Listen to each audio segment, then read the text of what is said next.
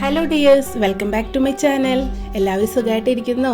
ഞാൻ ഇന്ന് വന്നിരിക്കുന്നത് നല്ലൊരു വൈറ്റ് സോസ് പാസ്തയുടെ റെസിപ്പി നിങ്ങൾക്ക് ഷെയർ ചെയ്തു തരാനാണ്. അതിനു മുമ്പായിട്ട് ആരെങ്കിലും പുതുതായിട്ട് എൻ്റെ ചാനൽ കാണുന്നുണ്ടെങ്കിൽ ഒന്ന് സബ്സ്ക്രൈബ് ചെയ്യാനും ഇഷ്ടമായ ലൈക്ക് ചെയ്യാനും ഷെയർ ചെയ്യാനും മറക്കരുതേ. എന്നാൽ മാത്രമേ ഞാൻ പുതുതായിട്ട് വീഡിയോസൊക്കെ ഇടുമ്പോൾ നിങ്ങൾക്ക് നോട്ടിഫിക്കേഷനായിട്ട് കിട്ടുള്ളൂ. എല്ലാവർക്കും ഒരേപോലെ ഉപകാരപ്രദമായ വീഡിയോസാണ്. വീട്ടിൽ തന്നെ ഈസി ആയിട്ട് നല്ല എല്ലാ വെറൈറ്റി ഫുഡൊക്കെ എങ്ങനെ ഉണ്ടാക്കാമെന്നും ഞാൻ കാണിച്ചു തരുന്നുണ്ട്. നമുക്കെന്നാൽ കുക്കിങ്ങിലേക്ക് പോയാലോ. ഞാനിവിടെ കുറച്ച് ചിക്കൻ ചെറുതായിട്ട് കട്ട് ചെയ്തെടുത്തിട്ടുണ്ട്. അതിലേക്ക് അര ടീസ്പൂൺ ഉപ്പും കുരുമുളക് പൊടിയാണ് ചേർത്ത് കൊടുക്കുന്നത്. ജസ്റ്റ് ഒന്ന് നമുക്കൊന്ന് മാരിനേറ്റ് ചെയ്ത് ഒരു 10-15 മിനിറ്റ് അങ്ങനെ വെക്കാം. അതിനുശേഷം നമുക്കൊന്ന് ഒരുപാട് ഡീപ്പ് ഫ്രൈ ചെയ്യാതെ ഒരു ഷാലോ ഫ്രൈ ആയിട്ട് ചെയ്തെടുക്കാം. ഇതിന് പകരമായിട്ട് നമുക്ക് മഷ്റൂം ആഡ് ചെയ്യാം, അല്ലെങ്കിൽ സോസേജ് ആഡ് ചെയ്യാം. ഞാനിവിടെ മക്കൾക്ക് ചിക്കനാണ് ഇഷ്ടം, അതുകൊണ്ട് ഞാൻ കുറച്ച് ചിക്കനാണ് എടുത്തിട്ട് ഇതേപോലെ ഒന്ന് സോട്ട് ചെയ്തെടുക്കുന്നുണ്ട്. ചിക്കൻ അങ്ങനെ നമ്മുടെ കുക്കായി കിട്ടിയിട്ടുണ്ട്. ഇതേപോലെ ഒന്ന് റെഡിയാക്കി എടുത്ത് വെക്കാം.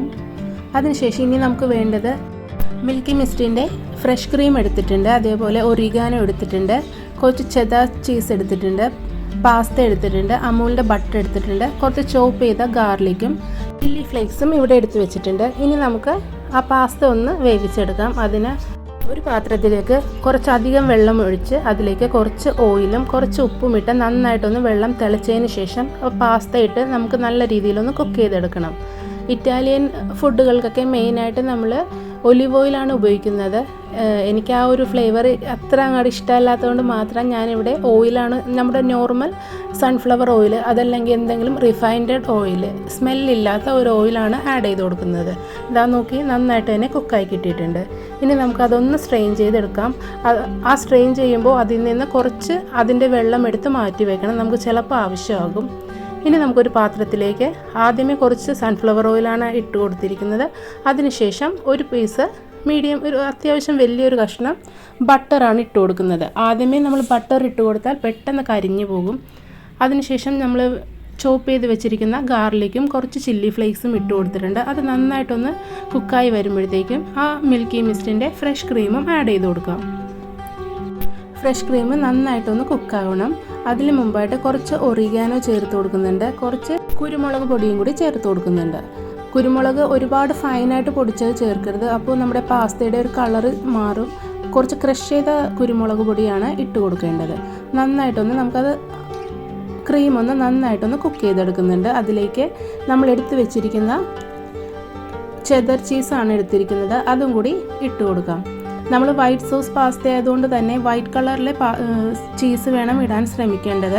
നമ്മൾ നോർമലി പാസ്തയ്ക്ക് പാർമെസാൻ അല്ലെങ്കിൽ ചെദറാണ് യൂസ് ചെയ്യുന്നത്, കാരണം അത് നന്നായിട്ട് മെൽറ്റാവുന്ന ചീസുകളാണ്. ഇതാ നന്നായി കുക്കായി വന്നിട്ടുണ്ട്.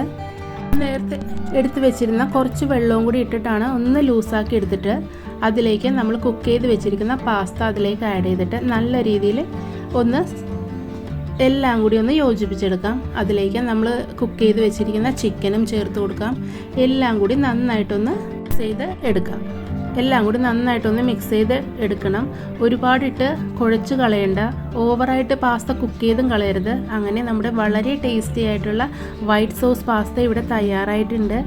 നല്ല ചൂടോടുകൂടി കഴിക്കുന്നതാണ് ഇത് നല്ലത്, കാരണം തണുത്ത് കഴിഞ്ഞാൽ ചീസൊക്കെ ഭയങ്കരമായിട്ട് കട്ട പോലെ പിടിക്കും. അതുകൊണ്ട് നല്ല ചൂടോടെ കഴിക്കുന്നതാണ് ടേസ്റ്റ്.